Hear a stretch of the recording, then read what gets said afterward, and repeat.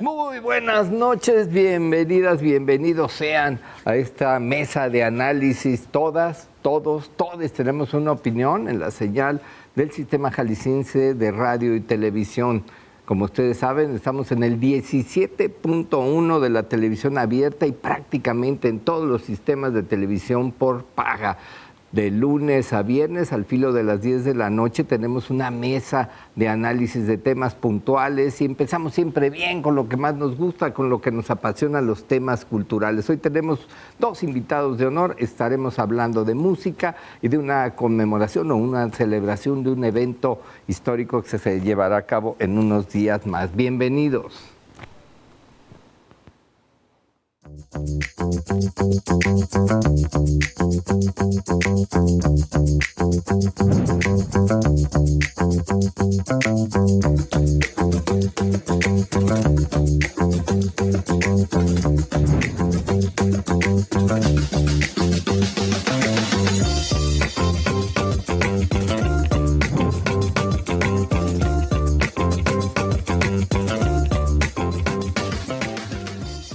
Bienvenidos, ahora sí, entramos en materia. Está con nosotros nuestra doctora de cabecera, Julieta Marón Navarro. ¿Cómo están? Buenas noches, gusto saludarlos a todos. Nuestro crack de la información, de los datos. Yo sé que a esta hora comienza las ironías. Nunca mente, como diría, siempre mente aquel. Gracias, qué gusto compartir mesa y además con un invitadazo. Invitadazo, sí, está con nosotros el maestro José Guadalupe Flores, director por muchos años de la Orquesta Filarmónica de Jalisco, director de tantas orquestas. De la de Jalapa, de la Nacional, de la de Querétaro, de una orquesta en Río de Janeiro, o sea, uno de esos jaliscienses de exportación. Que no tenía nada que hacer y me dediqué a vagar. No, invitado de honor. Estaremos hablando en los primeros dos bloques con el maestro Flores, después hablaremos sobre la celebración del Año Nuevo Mexicano, el que se llevará, tienen unos ciclos que son importantes para nuestra raíz y ya hablaremos también de eso que en unos días más sucederá. Maestro Flores vino y dirigió la orquesta, pues no sé si de sus amores, pero que tiene una profunda relación con la Orquesta Filarmónica de Jalisco. Bueno, gracias por venir. Tiene razón, eso de los amores no sé, pero yo nací ahí, o sea que tengo la obligación como madre mía de quererla y la quiero mucho. Además ha crecido mucho y estoy feliz de la vida porque en algún tiempo estuve temeroso de que de repente Guadalajara se quedara sin la orquesta. ¿Cuántos años dirigió la Filarmónica de Jalisco, se acuerda, más o menos? Yo digo, del 90 al 96 fue titular, pero antes el maestro, a ver, yo lo recuerdo y casi lo voy a meter al túnel del tiempo. Yo al maestro lo escuché estando quien les habla en la preparatoria, en la escuela vocacional, por angas o por mangas, fuimos a un lugar que ya no existe, que se llamaba la Sala Juárez. Y entonces resulta de que el maestro acababa de venir de Alemania e hicieron un concierto en el que se tocaron uno de los conciertos Brandenburgo de Bach con maestros de la propia escuela, entre otros pues, estaba ahí Leonor, alumnos aventajados y músicos de la Sinfónica. Leonor Montijo, porque sí, no claro, todos Leonor saben que Montijo, por supuesto, hay que decir, Leonor. claro. Bueno, aunque yo diría que en el caso de la música, decir Leonor Montijo es como decir José Alfredo, que ya se entiende Jiménez, pues por supuesto, ya es como una suerte de redundancia. Y pues luego el maestro, yo creo que también empezaba siendo muy joven como asistente, ¿verdad? De la Sinfónica. De Kenneth Klein, ¿verdad? Sí, Así que entonces estamos hablando que si son 55 años, quiere decir que entonces el maestro comenzó en este oficio de mover la varita en el 71. por ahí exactamente. Sí, ¿cuántos años estuvo de asistente con Kenneth Klein? Los que duró él aquí. Como 16 por lo menos. No, es que él se fue como en el 77, 78 más o menos. Yo me imagino que fueron entre 7 y 10 años. Sí, pero sí estuvo como 16. No, estuvo mucho al antes, frente claro, de la porque orquesta, él, que era sinfónica en claro, ese tiempo. porque él vino de suplente, él vino a suceder a Eduardo Mata a mediados de los 60. Es decir, Eduardo Mata, su primera orquesta fue la Sinfónica de Guadalajara a los 22 años, recomendado por un tal Carlos Chávez. Que gloria de goce. Así es, que algo pesaba. Pero entonces, bueno, el maestro, pues diríamos, yo digo que es una institución musical, un orgullo de Jalisco, y bueno, nos da un poco de nostalgia a quienes hemos seguido su carrera. pero también de orgullo al mismo tiempo porque anuncia pues que profesionalmente se retira de la dirección orquestal. ¿Qué ¿Es lo llevó verdad a o no, tomar maestro? esta decisión, maestro? Tengo problemas de la columna y no quiero terminar casi sentado en el podio y hacer así, no quiero eso. Porque a la gente que va a los conciertos hay que darles mucho respeto. Y yo quiero mantenerme por lo menos posible encorvado, más erguido. Y hacer lo que puedo. Oiga, maestro, ¿y hay antecedentes en la historia No, reciente tuve un accidente durísimo en el mar con mis hijos pequeñitos. Se lastimó. Me rompió dos vértebras. Pero se han dado casos de director de orquesta que no dirijan de pie, que tengan Sí, cómo que no. recurrir. Sí, Klemperer. muchos. Klemperer ya muy mayor en su sillita. Así es. Sí. Y es que tenemos que llegar a esa edad. Cuando tenemos la fortuna de llegar a esa edad, pues ya las piernas ya no aguantan estar de pie una hora y media. No, porque... Y lo curioso es que ayer no me senté. Estoy sorprendido porque me la pasé de pie. Maestro, la casta. entonces, bueno, ¿que ¿la música es una droga? Pues no sé si será droga, pero a mí me levanta el espíritu y todas las cosas Pues se me entonces no olvidan. es una droga, es una buena droga. Exacto, de esas de las buenas. Porque yo puedo estar muy lastimado en mis brazos, porque ya fueron muchos años de lastimarlos y me duelen por todo y a todas horas. Y llego ahí al ensayo y en cuanto tomo la batuta y levanto la mano, ya no pasa nada. ¿Cómo llegó a dirigir orquesta? ¿Ya lo pensaba de antes o fue una Yo coincidencia? estuve estudiando en Alemania, me fui becado de aquí, con el piano. ¿De la Universidad de Guadalajara? Sí, ya de la Universidad de Guadalajara. Y llegué con el piano, pero me dijeron, ¿sabes qué? Tienes que tomar otra materia, no puedes llegar solo al piano. Dije, Dije, composición. Pero mi idioma es tan malo que no voy a poder ni entender nada. No, eso no. Que esto no tampoco. Entonces dije, eso es de la varita que no sé nada. Pero... Para mí era lo más simple. ¿Qué hace ese tipo ahí no, con el palito y pegando gritos por todos lados? Dije, pues eso. Y se acabó el piano. Oiga, maestro, porque sí, un director tiene que tenía que tener estudiar dominio una del cantidad de instrumento. cosas, por ¿va? supuesto. Una cantidad de cosas. ¿Y dejó que de tenía. tocar piano? O sea, porque hay quienes hacen las dos cosas, ¿no? Casi dejé de tocarlo. Pero me llegó tanto esto y empecé a ser tan solicitado por el lado de popular y no, o sea, que ya no podía tocar el piano. Oiga, maestro, ¿y en qué parte de Alemania estuvo? En Saarbrücken. Saarbrücken. Ya está en la frontera con Francia.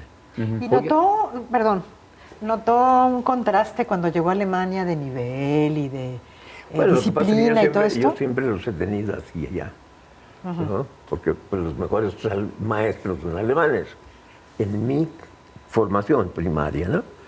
Y llego allá y pues se siente que Sí. entre Beethoven, Bach y todos los demás dicen, no, ay Dios, Sí. ¿no? Porque entonces aquí se hace la música de veras. Y yo oía unas cosas que no oía jamás. Y ciertamente, pues, más apegados a la tradición de los músicos. Y bueno, me gustó mucho, porque yo quería tener algo de eso. Nunca la dirección de orquesta, jamás. Oiga, maestro, ¿usted más Rubinstein o Karajan, de estos tipos más rígidos o más de la sensibilidad? No lo sé. Porque mis maestros en Alemania, bueno, me querían mucho, porque decían que yo era muy bueno. Yo no sé para qué, seguramente oigo a misa diario, ¿no? Algo de eso. Pero la posibilidad de ser totalmente hacia afuera con toda la cuestión de transmisión, ¿no? Entonces yo era así, me decía un maestro, dice, si como cantas, porque yo tenía que ir al coro a fuerza, si como cantas, tocas, vas a ser un pianista maravilloso. Y no fui maravilloso, pero no me fue mal. Pero entonces siguió también cantando cantaba. bien. Sí, yo también cantaba desde niño. ¿Qué barítono, tenor? Tenor, sí, yo de esos flacos que llegan no muy arriba. Ligero. Un tenor ligero. Fíjense que este fin de semana que el maestro dirigió un programa en el que no hubo una sola obra de relleno y dos compositores, no solamente mexicanos, no solamente jaliscienses, sino alteños. Clemente Aguirre de Ayotlán se llama ahora, antes Ayo el Chico. Exacto. Y un paisano suyo, Exacto. José F. Vázquez. Y una sinfonía maravillosa que es la segunda de Borodín, que, bueno, yo he visto y resulta de que la sinfonía en Guadalajara, es estreno. O sea, no la habría tocado la Filarmónica de Jalisco. Ah, qué gusto me da. ¿Usted eligió el programa? Y luego, Sí. y luego la otra, también estreno en Guadalajara, el concierto número 3 De Vázquez. para piano y orquesta de José F. Vázquez. Así que entonces 2 estrenos. Y estuvimos ahí, entre otras, yo tuve oportunidad de encontrarme con 2 personas que me dijeron que quien tenemos aquí, el maestro José Guadalupe Flores, había sido su padrino. Siendo director, dice Joel Juanqui, que él debutó como solista. Sí, y me dijo, pues yo lo voy a esperar hasta que salga aquí. Sí, y fuimos a cenar demás. Y juntos. también a Matos, ¿no? Y luego Sergio Matos. Alejandro. Ambos dijeron lo siguiente, que el maestro les daba una sensación de seguridad. Es decir, un poco de que alguien que cree en sus posibilidades Y que los cuida uno. y que los cuida. O sea, que era, diríamos, en un trato... Un respaldo, ¿no? Sí, de maestro, de paciencia, con observaciones inteligentes, etcétera, etcétera, que se escuchen. Y bueno, a ver, lo cual habla de las cualidades de alguien que no quiere ser un divo, sino que quiere hacer música. Y ¿Cuál fue la música primera al más obra que alto dirigió? nivel. ¿Se acuerda o no? ¿O Yo de las sí lo primeras? ve todo en primera sinfonía. La primera A ver, de yo Beethoven, recuerdo mira. ese Brandenburgo, que además fue muy aplaudido. Bueno, pues obviamente pues estaba en casa ahí en la famosa sala Sí, en la sala Juárez. Porque Juárez. también y dio demás. clases en la escuela de música, ¿no? Sí. Hay que decirlo. Sí, por supuesto. Y luego lo otro, es decir, a ver, que así como están estos jóvenes que vuelan por primera vez, pues el maestro le tocó acompañar a figurones de clase mundial, entre otros a un tal Narciso Yepes, al cual le acompañó el concierto de Aranjuez. Tal vez el mejor concierto de Aranjuez que ha sonado en el Teatro de Degollado. Y luego le tocó acompañar también a un tal Lazar Berman Exacto. en el primero de Tchaikovsky, que tal vez también sea el mejor primero de Tchaikovsky que ha sonado en el Teatro de Degollado. Así que entonces entre esos extremos pues ha hecho música y se ha ganado el respeto de propios y extraños. Que no Bueno, venga perdón. la pregunta porque Sí. vamos a hacer Ya- nuestra primera ya vi la pausa. seña, ya vi la seña. Vamos a hacer así nuestra primera pausa y regresamos con estos bellos recuerdos de la vida y obra del maestro José Guadalupe Flores.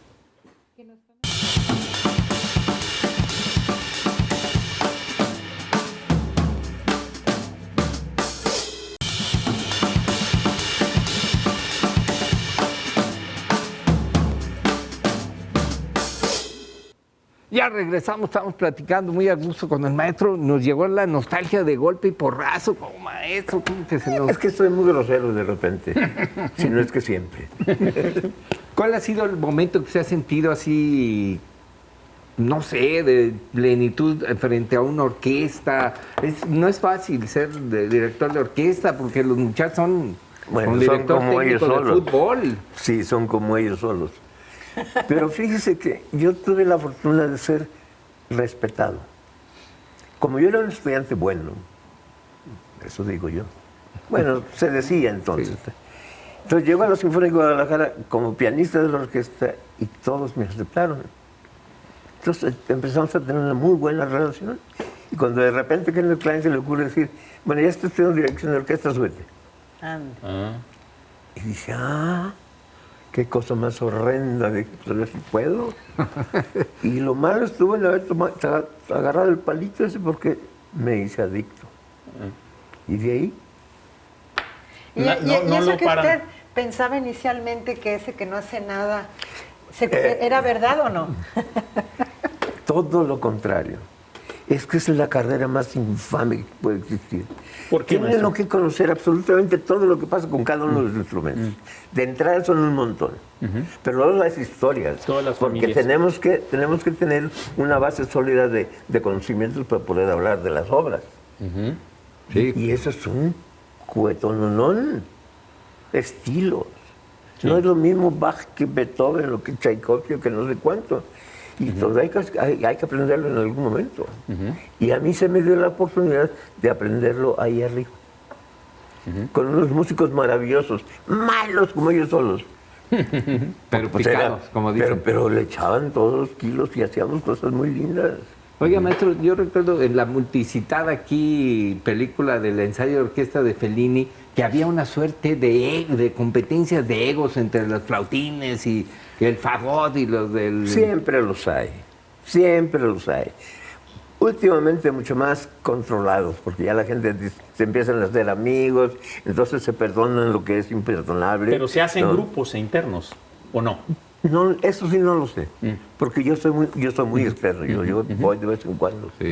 No me revuelvo con la chusma, porque no me dejan, no porque no quisiera. ¿Y se topa o ha topado con brecha generacional? No. Es que yo no he vivido así, llenos de temores, pues lo que se iba dando, y yo feliz de la vida, lo que me daban me comía. Pero es que es como eso, ¿no? Son profesionales, ustedes tienen que hacer esto, yo vengo a hacer lo mismo y esto lo tenemos que sacar Y juntos, cuando llegué ¿no? a Alemania la cosa no era diferente, era mucho más fácil, porque todos hacían lo que tenían que hacer. No le daban sus Ahora, caladitas. maestro, ¿el respeto se gana con el trabajo? Sí, y con la verdad que uno tiene. Porque si usted dice que es director, pero nadie sabe si estudió alguna cosa y que tiene unas muy bonitas manos, pero a la hora de decir lo que tiene que decir y no sabe qué decir, pues olvídate. ¿Cuál ha sido el compositor que más le ha gustado dirigir? Todos. No hay uno predilecto. No hay uno, no. Porque igual Tchaikovsky, Mozart, que es divino, Bach y todos los mexicanos, por Dios.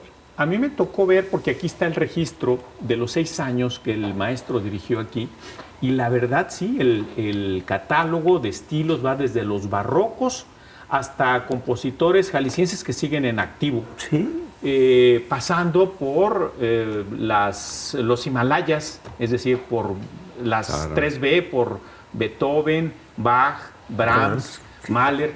Les decía al maestro que cuando él dirigió la segunda sinfonía de Mahler en 1992 con la Filarmónica de Jalisco, que asistió una eminencia en el campo de la filología y la traducción literaria, Luis Alonso Scheckel, que hizo para la editorial Cristiandad había hecho una nueva traducción de la Biblia completa, de todos los libros. Él coordinó y tradujo algunas cosas.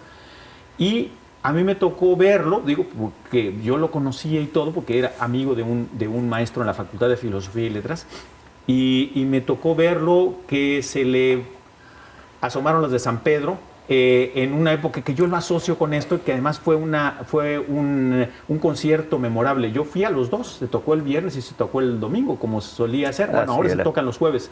Y entonces yo lo que digo es que hay momentos memorables y que el maestro no es consciente un poco de lo que ha provocado en muchos escuchas, lo cual pues es también difícil eso, pero yo quería comentarle este hecho de es decir, que ese trabajo no ha sido en vano, que no solamente ha sido para satisfacción suya, sino de muchísimas otras gentes pues, que pues, no tiene por qué conocer necesariamente.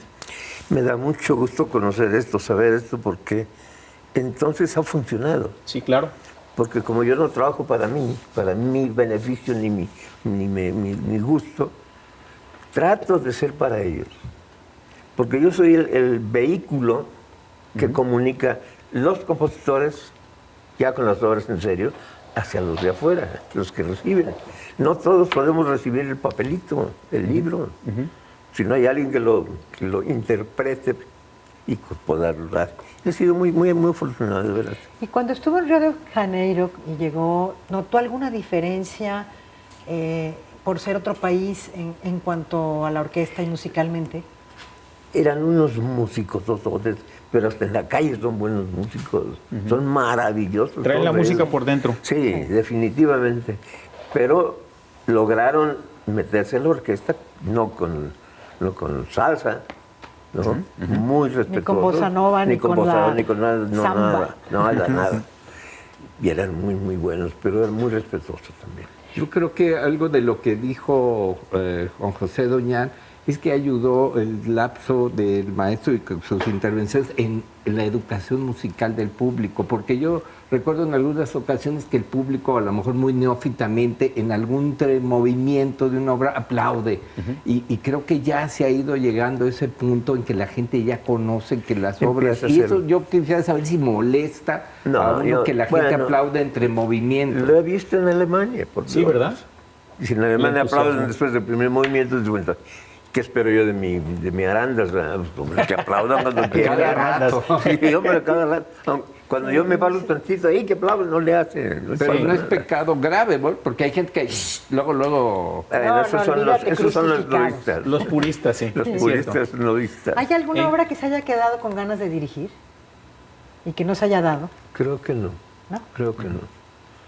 He sido afortunado porque he visto tanta música que si me pusiera yo a analizar y escribir cuántas obras he escuchado, no sé, me faltarían muchos catálogos por ahí alrededor. Sobre todo música nueva, música mexicana, música de muchas partes. No le tuve miedo a la música contemporánea.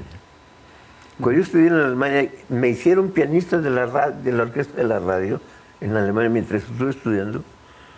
Hombre, yo ganaba un dinerito allá más que la beca y era fabuloso. Pero ahí me di cuenta de que la música contemporánea se me daba y me salía muy bien. Bueno. ¿Es más difícil, la considera más fácil? Lo que pasa es que es otro idioma. Y al no ser las mismas líneas melódicas de todo, y que haya tanta cosa que sucede a la vez, es bastante difícil. Maestro, incluso una para pregunta. escucharla. ¿Usted ha pensado, ahora que anuncia de su retiro, de que se baja del podio para siempre, en escribir sus memorias? Empecé un libro. Ah, qué bueno. Porque mis hijos, el que está ahí presente, me está fastidiando todos los días. Y el libro, Ya se viene. y el libro. Llevo escritas, no sé, unas 150 páginas. Ah, no, pues no es mal comienzo. Pero llegué a Querétaro y se me fue la inspiración. Ah, por el trabajo. No, por la llegada. ¿A poco? Yo, mientras El estuve aire aquí en seco. Jalisco y todo perfecto, lo que hice que una cantidad de cosas, llego a Querétaro como titular y ahora ya no hay nada. Dice, te llevaba 150 páginas de mi prefacio y ya no le... Ya no puedo escribir Que nada. habría decir, yo esta pregunta la hago porque digo, a mí me sorprende también la cantidad de obras de compositores mexicanos y jaliscienses que ha estrenado. Es decir, que no se habían tocado y que desde luego es algo para subrayarse porque es mostrárselos a los demás. Es decir, pensar que una sinfonía como la que tocó este fin de semana, el jueves y el domingo, como la segunda de Borodín, no se había tocado en Guadalajara, una obra que se terminó en 1876, es decir, ahora sí que se diría tarde, pero sin sueño. Sí, Que además es una obra que es una joya. yo lo que creo es que hay mucha, no sé, flojera. De hacer De cosas meterse distintas. uno a ver. Es que a la estudiar. gente le gusta mucho la quinta de Tchaikovsky. Todo el mundo es de la A quinta. repetirla. Y yo cuando llegué a esto, Los nunca caballitos de repetí. batalla, ¿no? Sí, yo nunca hice una de estas obras. Cuando estuve aquí con la Filarmónica, puras nuevas, que no se usaban normalmente. Es que hay tanta música que luego la gente dice, oye, ¿te gusta esto? No sé, no la conozco. Entonces hay que darla a conocer Claro. para que la gente decida si le gusta o no. ¿Cómo no? Oiga, maestro, ¿de qué son las batutas o las suyas? Porque aquí hemos preguntado si son de plata, de... Solo Dios sabe, en cualquier De marfil. tianguis por ahí encuentro una batuta y me la traigo, porque ya se me rompió la otra. Alguien dice que las hace de olivo. Pues déjenlos que manchú. sigan pensando, que a mí me hace mucho De- bien. de ¿no? También hay Bárbaro. algunas, creo, ¿no? Usted me dirá, de distinto peso. Digamos que de acuerdo o no. O todas Yo tienen tuve el algunos, mismo. había un maestro aquí, Eduardo Mata, que daba clases a sus alumnos y era una exageración. Agarraba la batuta y la ponía aquí para que tuviera un balance perfecto. Si no, Ya. Y Que no se le cayera. Decía, por favor, lo que menos importa, agárrese cualquier palillo y ya está dirigiendo. Si no vas a hacer O sea, circo. hay un fetichismo, No, digamos, no, entre hombre. algunos. Lo que pasa es que eso les da el poder. Con este palito yo te bautizo y tú no puedes hacer nada hasta que yo lo diga. No. Sí. Había un director que dirigía mucho en Canadá venía mucho aquí a Guadalajara, nos hicimos muy amigos. Se me fue. Dirigía con un palillo. ¿En serio? ¿Con un palillo? Con un palillo. Ah, eso hace Valery Gergiev, como con Sí, un mondadientes. sí, así es. Este venía y dice, mira, sale igual. Funciona lo mismo. ¿Y lo verán los músicos?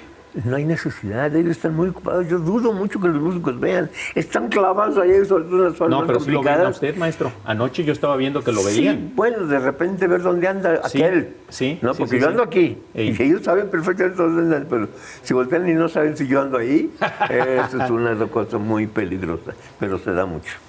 Se da mucho. Bueno, pues eso quiere decir que en realidad debe de estar la gente concentrada en sus asuntos, porque es Mire, que se pierde. Si no lo hacemos en serio, no sirve. Si yo voy a presumirme el cuerpazo que tengo, los brazos maravillosos y la cara de... No, pues, verse. En fin, no, eso no va uno. Yo soy el servidor de la orquesta, yo tengo que servirlos a ellos.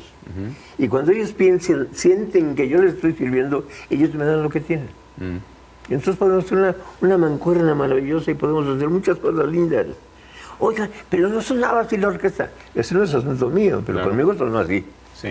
Yo recuerdo usted, maestro, que ha apoyado a compositores jaliscienses, inclusive algunos que no han apoyado aquí en algún momento de la orquesta, como el maestro Manuel Cerda. Usted le estrenó y dirigió Muchas, obras allá en muchas Querétaro, ¿no? obras. Estrenó, si no recuerdo mal, el concierto para orquesta de Hermilio Hernández. También, pero hace 100 Sí, años. de eso en ya. esto. Bueno, Bueno, yo quiero decir que a propósito del reconocimiento Cuenta. que a mí me tocó atestiguar en los dos conciertos, algo que se ve pocas veces, que los músicos no solamente no se Patalean. paran, sino que dejaron sus instrumentos y aplaudieron al maestro.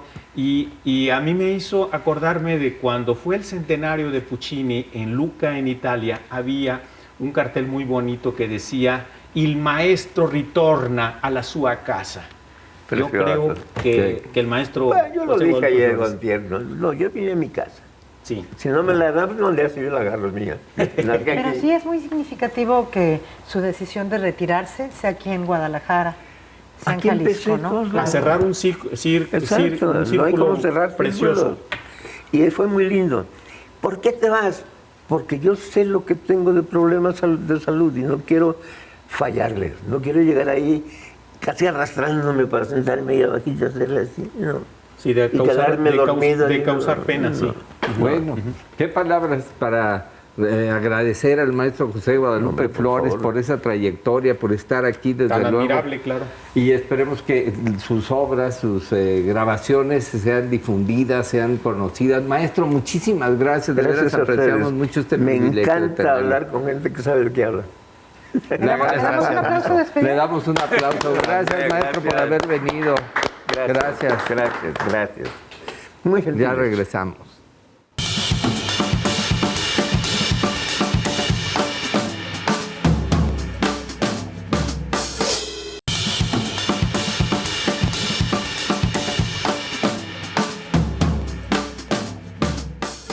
Ya regresamos con esa nostalgia del maestro José Guadalupe Flores, pero tenemos otros temas. Está con nosotros el arquitecto Alejandro Mendo. Oye, pues un tema interesante, a veces soslayado, la profundidad de los ciclos. Ya hablamos del año lunar chino, el año nuevo que hubo hace algunos meses, pero hay un año profundamente ligado a nosotros, el año nuevo mexicano. ¿De qué se trata? Bienvenido, Alejandro. Sí, la mayoría de los mexicanos creemos que el corazón de lo nacional es la mexicanidad y esa mexicanidad la asociamos casi siempre a la charrería, al tequila, al mariachi, pero quienes hemos tenido la inquietud de conocer un poco más de la raíz cultural nativa, indígena o aborigen de los mexicanos, hemos encontrado la mexicayotl, que es la esencia de lo mexica. Entonces vamos un poco más allá de esa mexicanidad superficial para conocer los distintos contenidos que tiene lo que en algún momento se llamó Mesoamérica, toda esta parte del continente norte, en los tiempos precolombinos o precuautémicos, como se le llama, antes de Cuauhtémoc. ¿Mexica sería relacionado con azteca? Sí, por así decirlo, con toda una matriz civilizatoria que tiene antecedentes muy conocidos para nosotros, lo utoazteca, lo chichimeca, lo tolteca, lo anahuaca, lo mexica. Entonces todo ese es un paquete, digamos, cultural muy denso en informaciones y pasa de noche para la mayoría de los connacionales.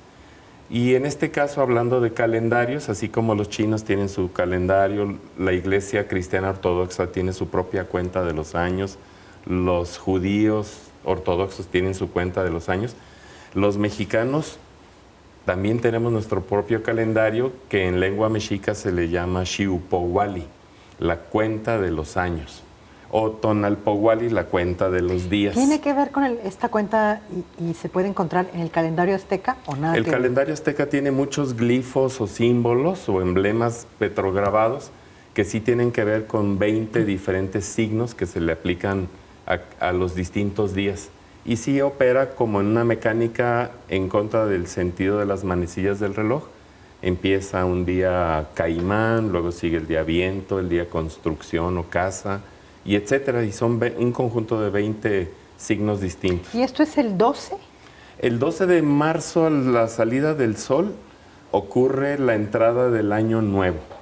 Y aquí ¿Por qué no? hay un Yo había sistema... escuchado que el 21. No, el Era un error. 21 es un fenómeno astronómico que es el equinoccio. Es ajeno. Es ajeno, aunque los fundamentos de la cuenta calendárica sí tienen que ver con la observación precisa de fenómenos astronómicos, solsticios sobre todo. ¿Qué año sería el que se cumpliría de acuerdo a esa cuenta? Pues está curiosamente, por eso es la importancia de la apertura de este espacio que acaban de hacernos, está por cerrar ese famoso siglo azteca, para usar tu palabra, de 52 años, está por terminar ese, que es el año 13 Cali o 13 casa o casa edificio, y está por iniciar otra cuenta de 52 años, precisamente, dentro de unos pocos días, el 12 de marzo. Y es un fenómeno importantísimo. Ese México profundo de raíces prehispánicas sigue presente? Sigue presente. Investigadores que he tenido la fortuna de tener como maestros, han ido a pequeñas rancherías en la Sierra Norte de Puebla y en Tlaxcala y en otros lugares, y hay familias que todavía siguen la cuenta tradicional desde hace mucho tiempo. Así como todavía en comunidades de Guatemala, comunidades mayas, todavía lo hacen. ¿Familias de pueblos originarios? De pueblos originarios, de apellidos náhuatl, por ejemplo, la familia Acatecatl, la familia Oltegua, la familia Cuautli, etcétera. Entonces todavía llevan, y han en los últimos 60 años han logrado ese conocimiento, difundirlo no solo en sus rancherías, sino hasta en la cabecera municipal. Por ejemplo, en Jicotepec de Juárez, Puebla, las primarias celebran la entrada del Año Nuevo en el tiempo tradicional. Y eso ya es un acontecimiento ¿Y esto regional. Nada que ver con lo maya, ¿verdad? No, por ejemplo, tienen la base. No. Tienen la base de la cuenta que nos decían en las primarias, la cuenta vigesimal, cada 20 en 20. Y esa cuenta vigesimal tiene que ver con el propio cuerpo humano. Tenemos 20 dedos. Entonces, de ahí vienen los nombres hasta de los números. Macuili es lo que se puede tomar con una mano, es el número 5. Macuili es 5. Y así te la vas llevando. Pero los signos, o sea, si pasa de casa, construcción, a lo que viene, ¿tiene un impacto en el mundo, en la sociedad, o es un símbolo? A diferencia del zodíaco tipo Aries, Piscis, Libra, etcétera, que es como más de tipo cuidado con lo que puede pasar y así, el Tonalpohualli o la cuenta de cada uno de los días más bien procura potenciar las cualidades o aspectos positivos o benéficos de las personas. Por ejemplo, alguien que puede nacer en un día Itzcuintli, perro, desde nuestra óptica occidental podríamos decir, qué feo naciste un día perro, pero el perro es el emblema por excelencia de la fidelidad, del apego a una casa, a una familia, a una manada. Y eso es muy positivo para las personas que nacen un día Itzcuintli o perro, frecuentemente son cariñosas, regresan a casa, siempre tienen una amistad profunda. Hay personas que nacen en un día flor, pues se les potencia, les trata uno como de magnificar esas virtudes, la cercanía hacia la expresión florida, hacia el lenguaje pulido, hacia las artes, hacia la danza, hacia todo lo que tiene que ver con florecimiento de la persona. Así como en el chino acabamos de entrar al caballo de fuego, ¿a qué entramos ahora? Vamos a entrar, qué buena pregunta, vamos a entrar al primer año de toda una cuenta de 52 años y es el año 1 conejo. Entonces, ese año conejo tiene mucho que ver con la degustación, con la comida, con el alimento, con el jugueteo, con la procreación, la reproducción. Entonces, hablando de lo positivo, es un buen año para reproducirse, para crecer, para alimentarse, para engordar un poco. Escuchándote esto que mencionabas de esta idea que parece casi freudiana de que en los pueblos mesoamericanos origen era destino. No necesariamente, no necesariamente. Yo pienso que había un cuidado colectivo para aquellas personas que habían tenido, por así decirlo, un momento de nacimiento no tan propicio, voltearles la tortilla, esa ley de la tortilla y voltearlo y proyectarlo de manera positiva. Hay personas que nacen en un signo, en lengua mexicana se llama Coscacuautli, que es el águila de collar, o sea, un buitre. Entonces, ese signo buitre que parecería malhadado, sí, de mal hado o mal agüero, en realidad es toda la gente que logra aprovechar los desperdicios. Es un reciclamiento. Entonces, esa es una función vital, no solo en los ecosistemas, sino también en la sociedad. Lo vemos todos los días en la calle, gente recogiendo latas de aluminio, botellitas de PET para reciclar. Es una función clave. Lo que se dice por ahí, dice José Emilio Pacheco, por ejemplo, de las especies más exitosas que jamás han existido, que son las cucarachas, vieron desaparecer a los dinosaurios. Y nos van a ver desaparecer a nosotros a propósito de las que reciclan.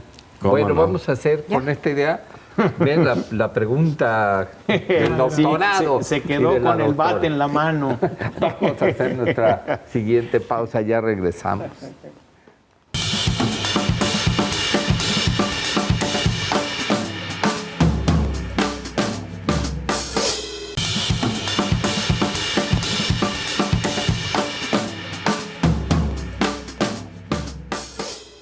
Ya regresamos en esta charla de algo que se nos avecina y que es importante. Arquitecto Alejandro Mendo, nos decías de estas cosas, de lo que no solo que pudiera parecer malhadado algún signo, sino al contrario, que es como un reto, una opción distinta de aprovechamiento a lo que creeríamos que es. Así que uy, me tocó esto. Sí, en la antigua cultura de la náhuatl había una longevidad proverbial. El mismo nombre para anciano, que es huehuet, que sabemos, viejo, etcétera. El huehuetilistli, que es una ancianidad, representaba 2 ciclos de 52 años. O sea, personas que llegaban a vivir 104 años cumplían una ancianidad. María Victoria. Estamos hablando... Sí, María Victoria a un paso. Estamos hablando en idioma náhuatl. Náhuatl o mexicano. ¿Y qué va a haber ahora por este Bueno, el 12 ciclo? de marzo al amanecer, que cae entre semana, es jueves, en el Cerro de la Reina de Tonalá, en la cabecera municipal, que es un sitio arqueológico de primerísima importancia, ahí se van a reunir muchas personas mayores y conocedores de estos ciclos y de otras tradiciones, incluyendo la comunidad indígena náhuatl de Tonalá. Va a estar presente ahí los que llevan a cabo los testuanes para recibir este nuevo comienzo calendárico. Entonces es una ceremonia tradicional abierta a todos los interesados. Perdón? En lo alto del Cerro de la Reina en Tonalá. Hay un pequeño santuario de la Virgen de Guadalupe allá arriba, una hasta bandera monumental, se puede llegar en vehículo hasta arriba y hay una explanada muy apropiada para este tipo de actos. ¿Es abierto? ¿A qué hora es? En el amanecer. Desde las 6 de la mañana les esperamos, jueves 12 de marzo, pero también hemos previsto muchas actividades antes. Tenemos 13 días de actividades. Hay presentaciones de libros en el Museo de las Artes Populares de Jalisco, en Pino Suárez, esquina San Felipe. Por ejemplo, el martes 3 de marzo, ya muy poco falta para eso. a las 6 de la tarde. ¿Qué van a presentar? Vamos a presentar 2 libros, uno sobre los 500 años del infame asesinato de Cuauhtémoc, que se cumplió en el año pasado, 2025, y también el año pasado se conmemoraron 700 años de la fundación de Tenochtitlan. En las Higueras. En las Higueras, hoy Tabasco. Sí, ¿verdad? Sí, Oye, y acá Sinancanac. dices que está el santuario de la Virgen de Guadalupe. Sí. Y me hizo recordar aquella polémica que hubo con la escultura Coatlicue. de la Coatlicue. Ujú. Y bueno, la Coatlicue sería un equivalente a la Virgen de Guadalupe, por ejemplo.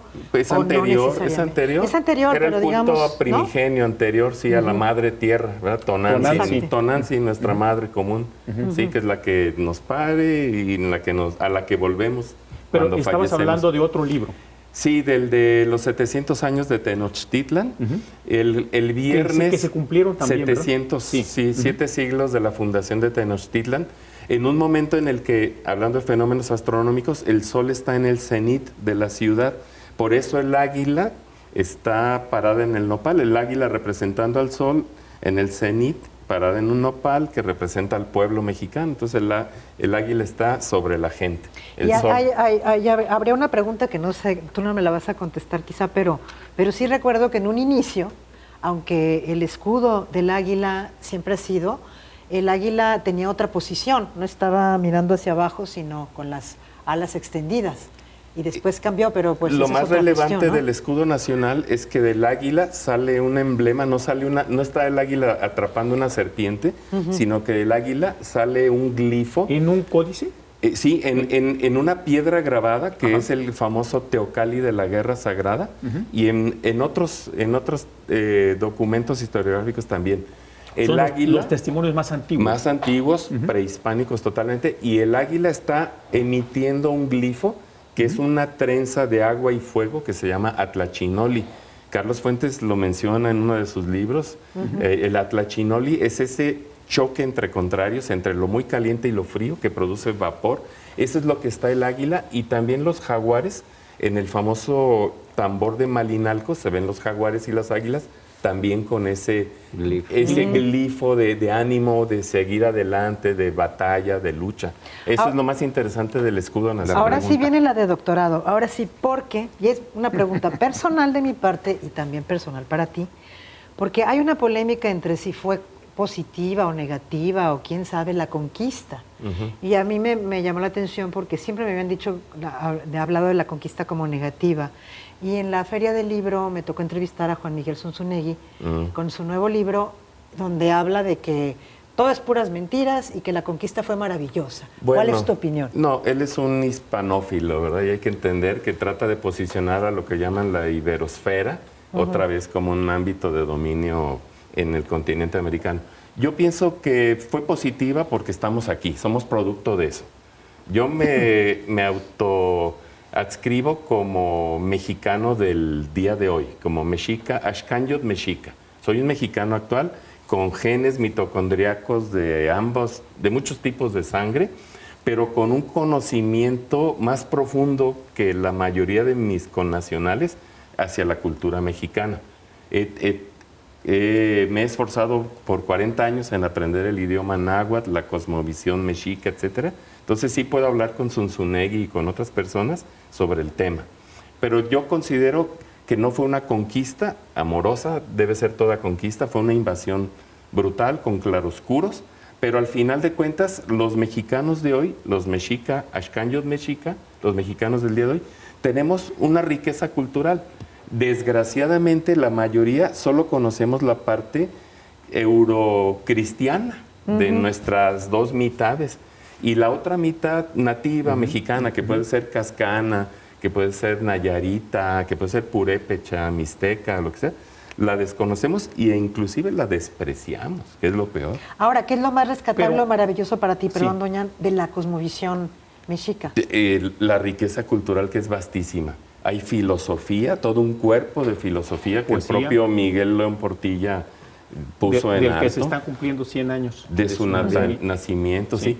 Hay un cuerpo de cantos, de poesía, de música. Hay un bagaje enorme de destrezas creativas que va desde telares, cestos, cerámica, O sea, tenemos un bagaje cultural tan impresionante como lo que tienen los chinos. Y las lenguas. Las lenguas, no se diga, 60 y tantas.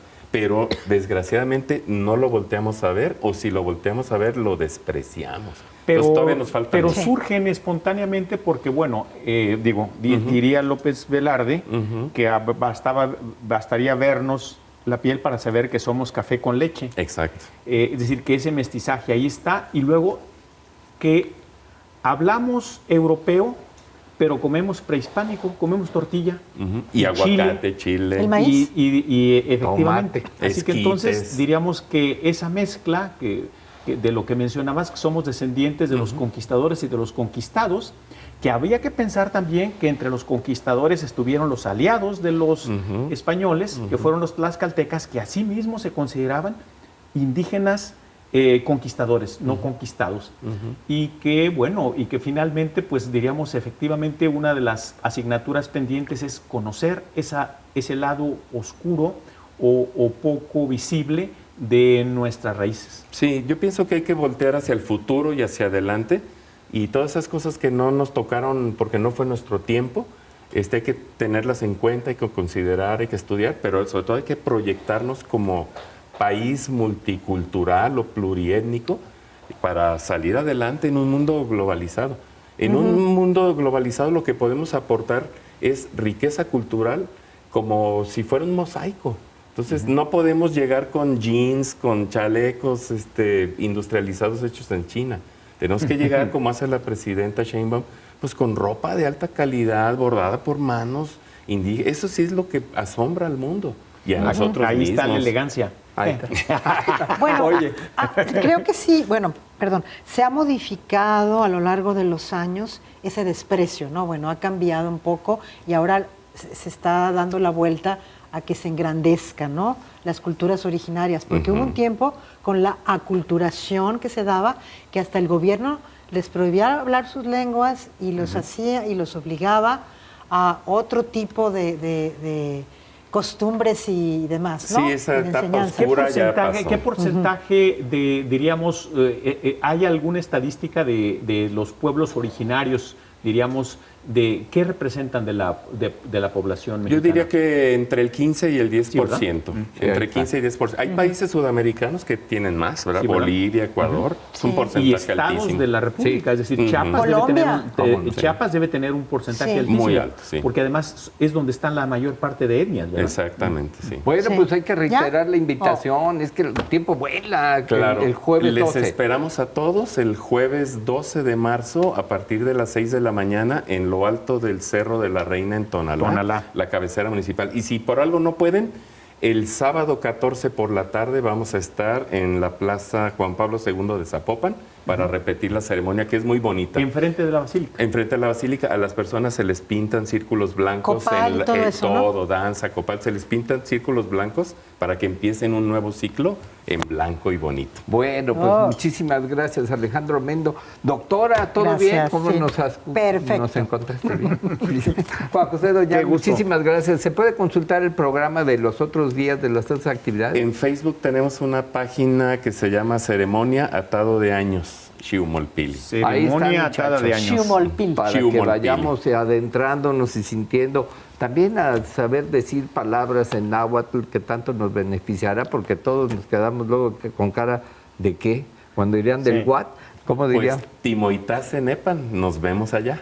Ahí está. Shawi. Por ¿no? su Tiago. atención, Xiawi. Tillahui, Tillahui. Tillahui, Ahí vamos. está. Por su atención, mil gracias.